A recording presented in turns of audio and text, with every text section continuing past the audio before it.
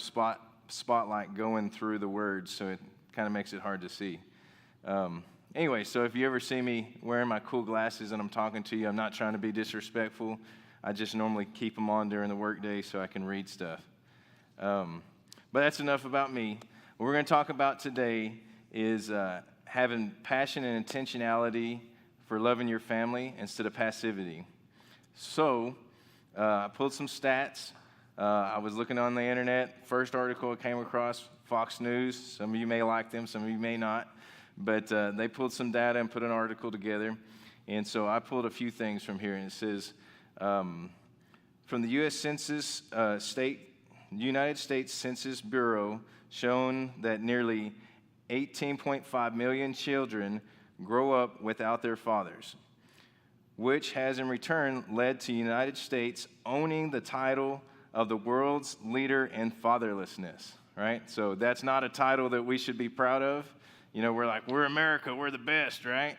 And yeah, we got the title, but the title is for fatherlessness, right? So 18.5 million children growing up without a father in the home, right? So that's bad, right?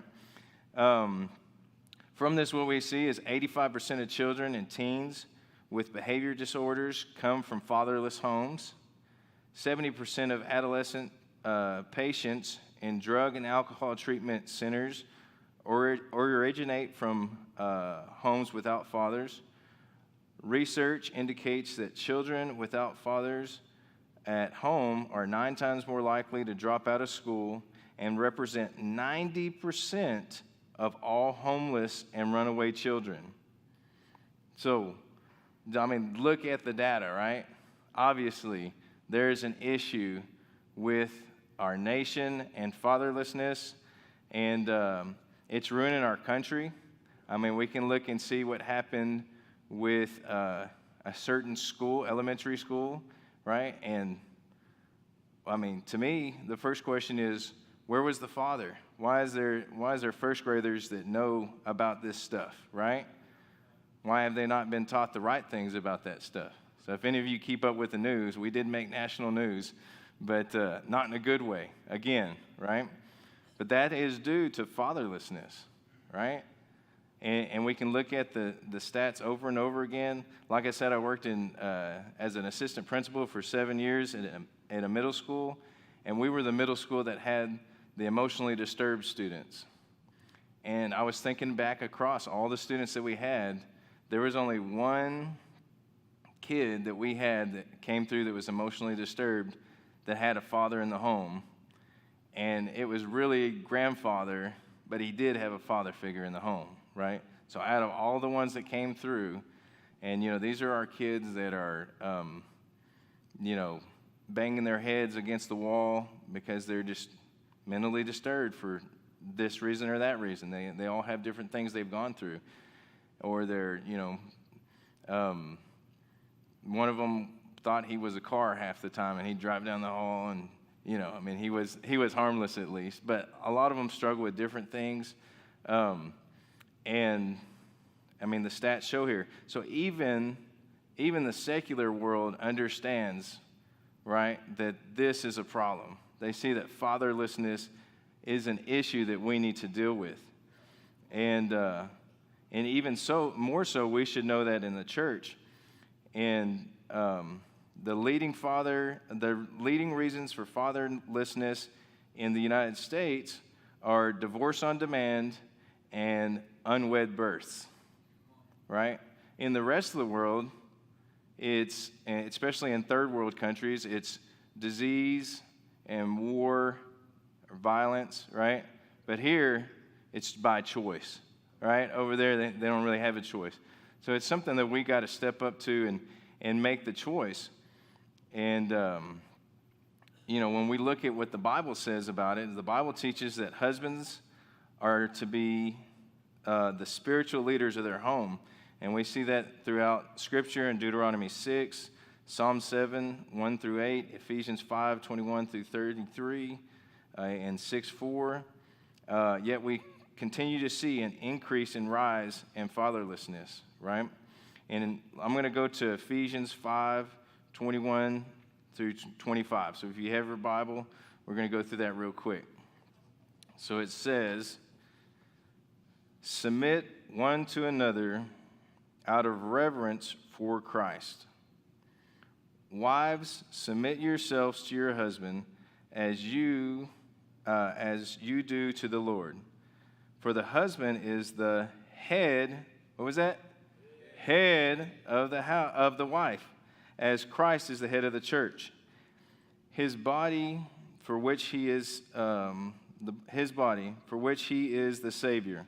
Now, as the church submits to Christ, so also wives should submit to their husbands in everything. Husbands, love your wives, just as Christ loved the church and gave himself up for her. So I just wanted to home in on this point real quick. So if the leading cause of fatherlessness is divorce on demand and unwed births, that tells me there's a lot of husbands that aren't loving their wives, right? Because they wouldn't be getting divorced if they were in love, right? All right? You don't divorce the person you love, right? Okay, you divorce the person you hate. So, no condemnation for anybody out there if you've gone through a divorce. But for you that aren't married yet or are married right now, it's your job as a man to step up and lead your wife and to love her, right? And that's our role. And I love that the first part, verse 21, says, submit one to another out of reverence for Christ. Well, that's talking about mutual submission, right? And what people get wrong is they think, oh, well, because they're the head, that makes them greater than everybody else. And so we have this whole societal thing where we have feminism and everything because the women are like, we want equal rights, we want equal this, right? Well, it's not about being equal. It's about fulfilling your role and your job, right? So your job is to be the head of the house. Her job is to support. That doesn't make you better than her, right? My wife is a lot smarter than me, right? I'm a very wise man. I found somebody really smart who can take care of stuff, and I married her, right? Okay? I graduated in 5 years, and I had to retake a few classes. My wife graduated in 3.5 years with a 4.0, and she worked jobs while she was doing it, right? So I figured it out, right? So there's no way that I'm better than her, okay? And the same, right? For most of you guys, you would agree that your wife is better than you, right? Especially in different areas, okay? Like, okay, I'm the head of the house. So I say, okay, this house needs to be decorated. I want to paint this wall, this, and no, that's not what I do. I say, baby, you know what looks good. Do whatever you want. I don't care. You can paint the walls pink, okay, right? I don't care. It's up to her. She's in charge of decorating, okay? I gave her the authority for that, right? I'm still the head. If there's something I don't like, I'll let her know. But or if something's going to cost too much, or things like that, right? You still got to be responsible, but you can delegate to her, right? Anyways, what I'm trying to say is that it's a mutual submission, and it's not one is better than the other. Now, in American culture, I mean, that's what we think. We look at the head honcho, and we glorify them, and we think, man, they're awesome, they're the best, right? But, you know, if there wasn't for all the people in the army, the generals wouldn't be able to do anything, right? Okay? Everybody's got a job, everybody's got a part to play, and so that's what we need to stop and remember. And the question is, will you do your part, right?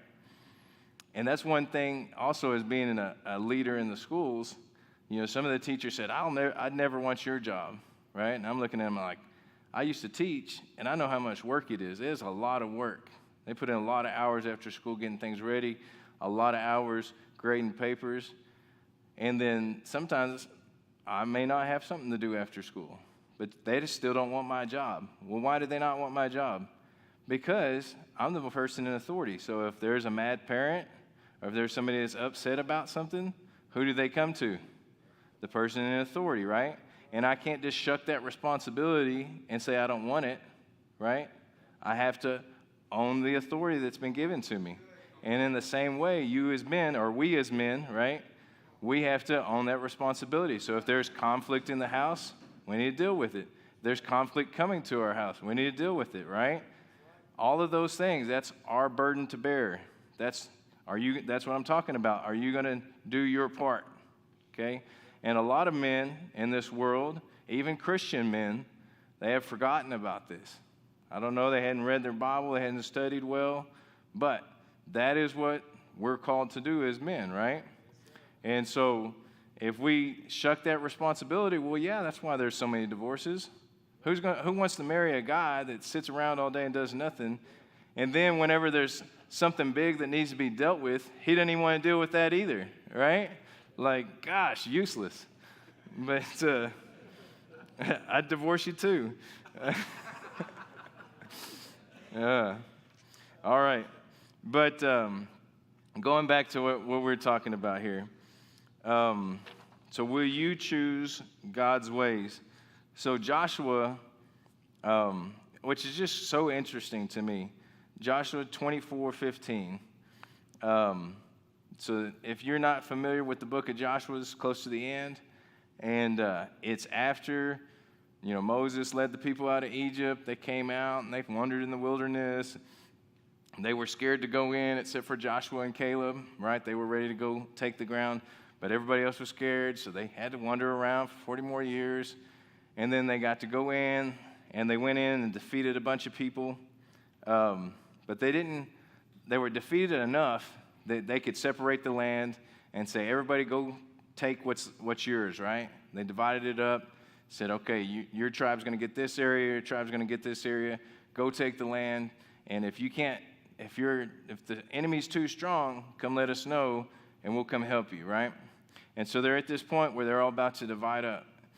And he says to them, and this is just so crazy to me, like they didn't know who the Lord was by this point, like separated the Red Sea, stopped the Jordan River, walls of Jericho, like all this stuff had already happened.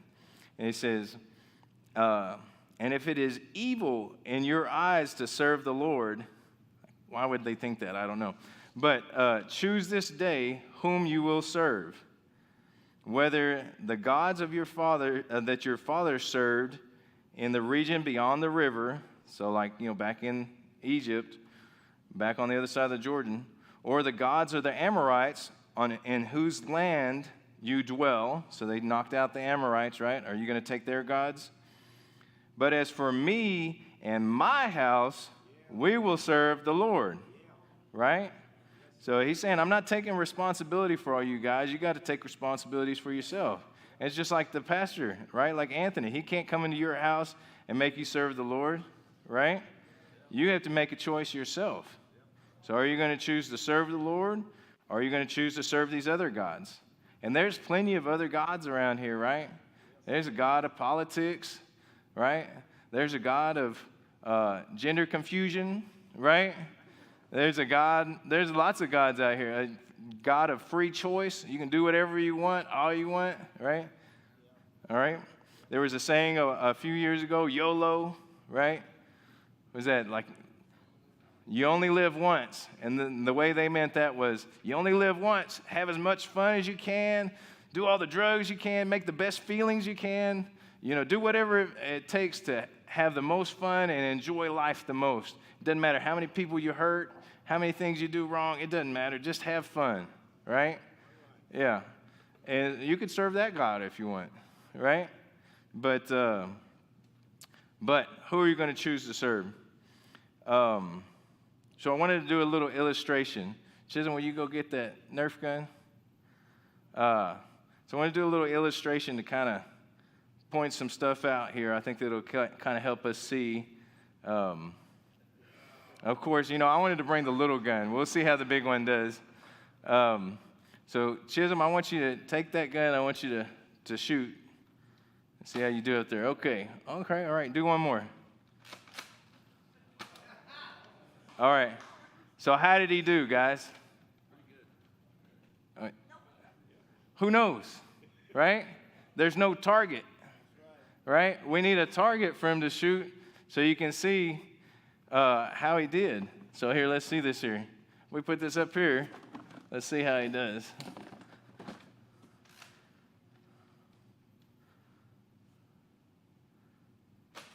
Oh, misfire. Man, that happens, huh? Let's see. Good thing we brought extra guns. We came prepared.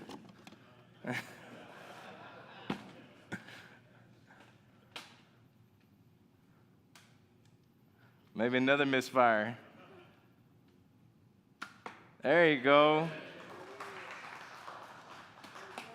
Okay. All right. Thank you, Chisholm. You did great. There you go. Yeah, get them involved. Jerry's good at that.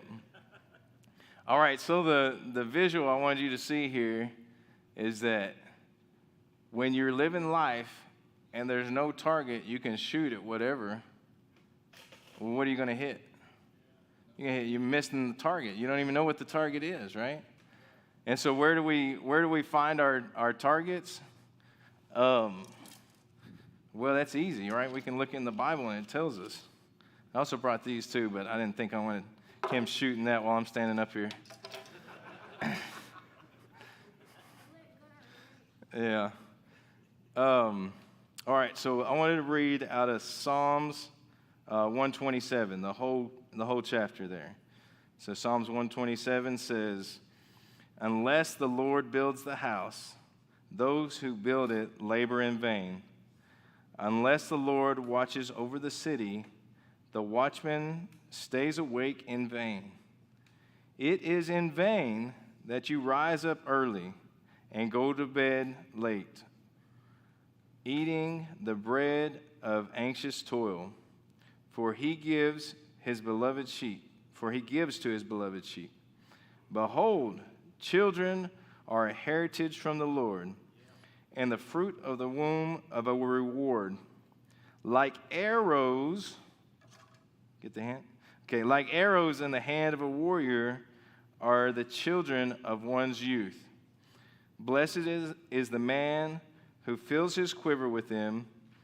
He shall not be put to shame when he speaks with his enemy in the gate." So, if children are supposed to be like arrows in the hand of a warrior, right? And I got 4 kids, so I got 4 arrows here, right? Well, where are we supposed to shoot them to? Where are they supposed to go? What's the target, right?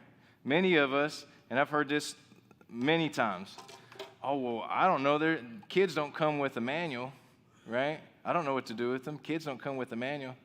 Well, yeah, they do. It's called the Bible, right? Read the Bible. It tells you. And then if there's lots of people who have broken down the Bible so that you can learn from it. You can learn from their wisdom and what they've gotten out of the Bible and what God's spoken to them from the Bible. There's a book called Building Christian Character. It's amazing. It's great, right? There's lots of podcasts out there. There's lots of books out there. Many, many, many things. And all this stuff that I'm talking about today, I didn't make up on my own. I heard from other people, stole from them, right? Got their ideas, okay? And I applied them to my family, right? When I see success, I'm going to hold on to it, and I'm going to grab it, and I'm going to apply it to my family, all right? You do the same for your business, right? If you saw something that worked, you're going to do it in your business so you can make a profit, right? Well, the same for our kids. If we want to be successful with them, we got to go out there and find the targets and see what to shoot at. So Proverbs 29:18 says, "Where there is no vision, the people perish, but he that keeps the law, happy is he," right? So if you don't have vision for the kids, if you don't show them the targets, they're going to perish. They're not going to know where to go.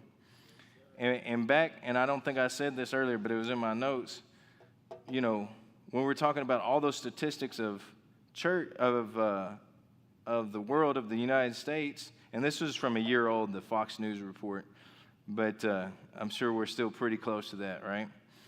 I don't think things changed that much in 1 year. But on that, right, they were talking about kids being homeless, addicted to drugs and alcohol, having behavior disorders. Well, I think the bar is a little higher for us, right? We don't want to just right? I'm not going to say I'm successful, my kid's not homeless, right? Okay? I'm going to say I'm successful, I did a good job with my kids because they're doing a lot for the kingdom of God, right? We have a higher standard than just not being homeless or not being addicted to drugs or not having a behavior disorder, right? And so we gotta have our standards a lot higher than that, right? I mean, and so when we look at the Bible, when we read through the Bible, I'm going to give you 2 targets that are big targets like this one that you can shoot at with your kids, right? Now, there are tons of targets in the Bible. The more you read it, the more you'll be able to see the targets and get down to the smaller, finer points, and you'll be able to hit them more precisely, right? Okay. So the first one, well, both of them come from Jesus. When Jesus was asked, what are the greatest commandments, what did he say? Right? He quoted the first one out of Deuteronomy 6:5. You shall love the Lord your God with all your heart, with all your soul, and with all your might. Right? And then some versions have the other one with it too. Okay, there's one more. But what that means, the word might is not a real great translation from the studies that I've done. It's what it said is with your every is what it means. So that's kind of hard to translate. But if you think about it, love the Lord your God with your everything, right? Everything that you have, all of your strength, right? All of your mind, right? Those are things that we need to do as fathers, but those are things that we need to teach to our kids. Because right after that in Deuteronomy, the next thing that it says is to teach your children this when you get up, when you walk, when you lie down, right? The Bible commands us to teach our kids these commands, okay? So I assume that most of you in here, if you have kids, you're already doing this because you wouldn't be up at 7:04, but you wouldn't be here, right? Most of you probably had to wake up at 6 or 5 just to get ready. I had to wake up at 4:30. That's how long it takes me to get looking this good. I mean, when you look that ugly, it takes a long time to get looking good, you know? But anyways, so to be able to teach our kids, that's the first thing, right? To love God with everything that you have. That's number 1, right? And then number 2, Jesus said, is, and the second like it, this is from Matthew 22:39, you shall love your neighbor as yourself. So after you learn how to love God, you need to love your neighbor just like you love yourself, right? And that's great. I mean, that sums up the law and the prophets. It covers it all.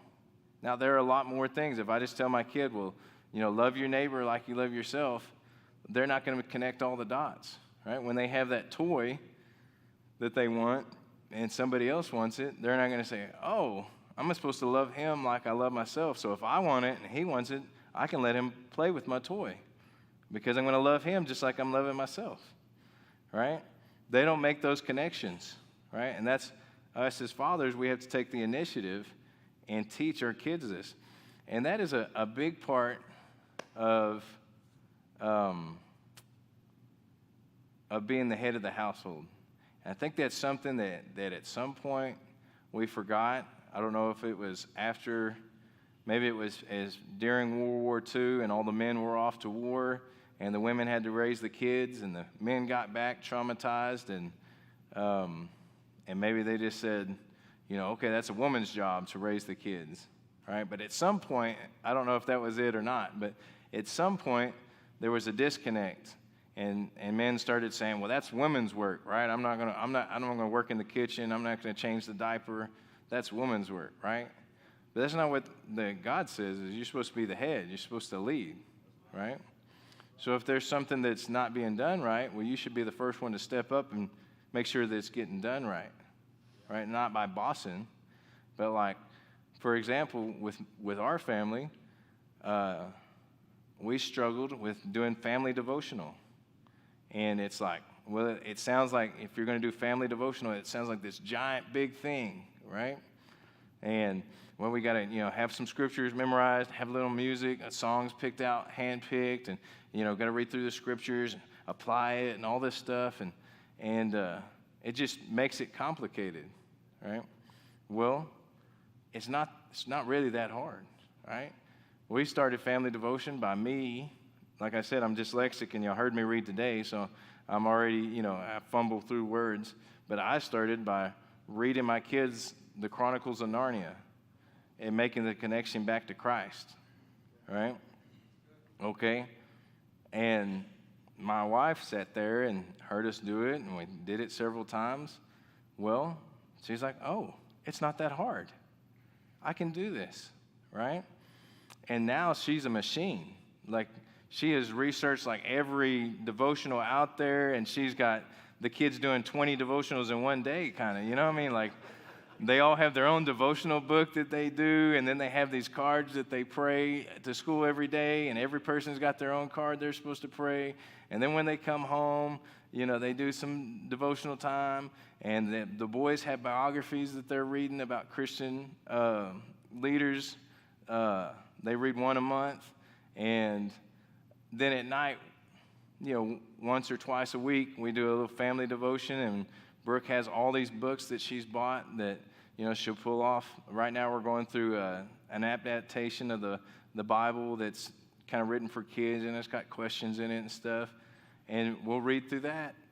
And, so we went from, she was just too scared to do anything with it. But as a man, I took the lead as the head of the household and started it, even though it was uncomfortable, right? It's not my area of expertise. Reading is not my area of expertise. My sons, both of them can read faster than I can, and my daughter in first grade can read faster than I can, and she can do it in English and Spanish, and so, but I stepped up, right? I took on the responsibility as a man, and I led my family, right? And so that's what we're called to do, and that's what we need to do is to lead our family in those ways. See where it's lacking and step up to the plate, right? All right, anyways, getting back to the notes here. So we're talking here about knowing the targets. So read the Bible, pray, get in relationship with God, and he will show you the targets that you need to shoot, right? Get in relationship with other men, and you'll see where to hit those targets. The next thing I put on here was to know the arrows, right? You need to know each arrow and how they're going to fly. Because now these, you buy them at the store, and they're all pretty much the same, right? But back in the day, they handmade their arrows, right? So they may be a little different. They may fly a little different. And I know now, we're a little, like I said, I'm not a hunter or anything, so we all got the same tip. But I know they make lots of different tips for different things, right? Any archery guys in here, bow hunters? No? Okay. You know all the different tips there? Because I don't either. Okay. So Gunner's he's getting into that, and he's doing competition for archery. We go out. Did you have your competition yet? How'd you do? Pretty good. All right. So maybe we can get him to shoot that box. We'll just have Anthony stand up there so that make sure it doesn't hit the drums or the guitar. Okay, anyways, so knowing your arrows. Each kid is different. Like I said, the two boys here, they're completely opposites. Matt came out, didn't hardly say anything, had this stoic face, didn't smile, none of that, right? So we've been working really hard his whole life to get him to smile and to talk. One of his verses for most of his life has been, a man's heart is a deep well, but a man of understanding draws it out, right? And then we got Chisholm, who's the opposite. And we had to teach him, when you ask somebody if they want to hear the story, you need to tell them, do you want to hear the long version or the short version? Okay? Because he is a storyteller, and he'll tell you every detail, and he's going to say, okay, well, I'm going to tell you a story about what happened after school, but first, when I woke up this morning, when I got up and I stumped my toe, because I was looking for my blue shorts, but I only found my orange shorts, and so he'll tell you the whole story, right? So each arrow is different. They're all different. They're all made for different purposes in life, and so we got to know each one of them individually, right? And so taking your kids on dates, seeing what they're interested in, getting them involved in different things, finding out where they need to be, that is a great opportunity for you to get to know each arrow, each kid, in the different areas in your life. Know their love languages.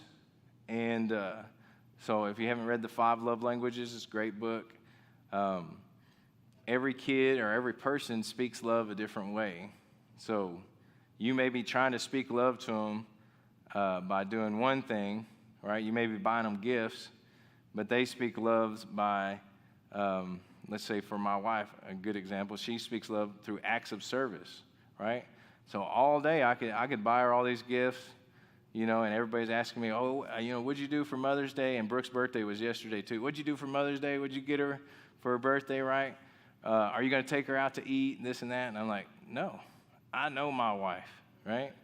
Okay? We're going to go home, and me and the kids are going to clean the house, okay? That's what we're going to do for Mother's Day. And she got to wear her sweats and read a book, That's her love language, right? She just happy as could be sitting there while we're vacuuming and dusting and cleaning the toilets, That's her love language. I feel like I've got it easy with her because she likes to drink coffee. If I clean out the coffee machine and refill it with water, she's happy, right? So doing things like that, I know my wife. I know that's what she wants, right? I used to have a journal that I would write sweet notes into it every day, and I'd leave it on the table for her to read when she woke up in the morning. That was okay, but it didn't hit the spot, right? I tried giving her hugs and kisses, and that's okay sometimes. But a lot of times it's like the kids have been on me all day. They've been hanging on me. Just leave me alone, right? Okay, right? And so, what I found is her love language is acts of service, right? And in the same way, I'm talking about kids right now, but know your wife. That's your responsibility as a man, right? If you don't like your relationship with your wife or your kids, it's your problem, right? You need to fix it. And so that's what we need to do as men. So knowing the target, and then pray for them. God will reveal many things to you that you are not smart enough to reveal to yourself, right? So pray and ask God and seek, and He will show you the way, and He'll show you the way into their hearts. And then, hitting the target. If you're trying to hit the target and you've never used the bow and the arrow, are you going to hit the target the first time? No, it takes practice, right? You got to learn how to string the bow, right? First, you're right. My kid Mac was trying to string this bow this morning, right? You got to string your bow, right? If you don't know how to bend it over and hook it on right, you got to know how to put your arrow on, notch your arrow, I think is what it's called, and put it on there. You got to know how to hold it and pull it back and everything. And then you don't know where it's going to land, right? If you just shoot this out, you don't know how high or low. You got to learn how to aim with it. And so knowing not just knowing the targets and knowing the arrows, but also training, right? Training. And you must encourage every time you get an opportunity. Anytime you see your kids doing right, encourage it. My wife has learned this very well, and she does it to me all the time, right? She sees me doing something good, wiping down the table or sweeping the floors, and she encourages me. Man, I love it when you do that. Right? She encourages me. And the same way we do it with our kids. They're going to learn. They're not going to be afraid to take risks, right? Because they know that you're there to support them, okay? Create practice times. So doing like family devos, personal devos,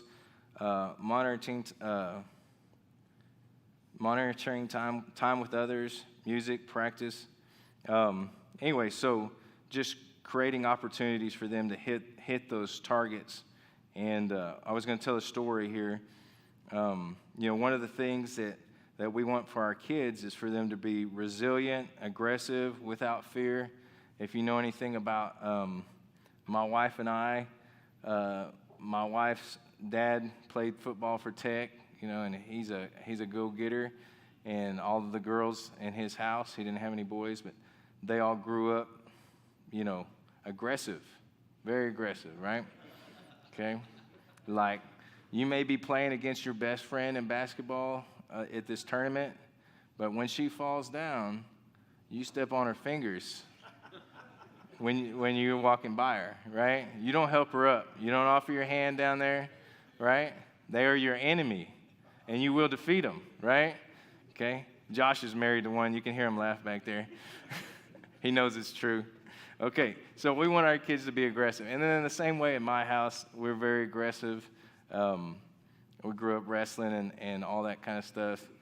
And just not we don't want any fear in them. We think that really hinders you in life. So at a soccer game, there was a kid that was over here by himself, and Chisholm was over here, and that kid was uncovered, unguarded. And instead of being aggressive and going and running and getting on him, Chisholm held back. And so that made me very upset, okay? I wanted to say things I shouldn't say. And look at Chisholm shaking his hand. Yeah, he was upset. All right, I held my tongue for the most part. But I was very frustrated, upset about it. But I was able to hold myself. Luckily, Anthony was there, and he gave me a pacifier and asked me if he needed to put it in my mouth, make sure I didn't say anything I shouldn't. But anyway, so then my father-in-law was there, and so I sat next to him during the next game Clancy was playing, and I asked for his advice, and he said, create opportunities for him to be aggressive and to be tough. Because when I talked to Chisholm, he said the reason he didn't go and get after that kid is because he was afraid he was going to get hurt. Because there was like 3 or 4 different kids during that game that had gotten hurt. Either they got kicked somewhere they shouldn't have, or a ball hit them in the face, different stuff like that, right? And so luckily, we already had the boys signed up for shotgun, right? So if you're afraid to get hurt and you're shooting a shotgun, well, it's going to hurt a little bit on your shoulder, right? No matter how small the gauge, right? It's not a 22. And so there's an opportunity there. We signed up for shotgun, and then we went to wrestling. We wrestled at the house.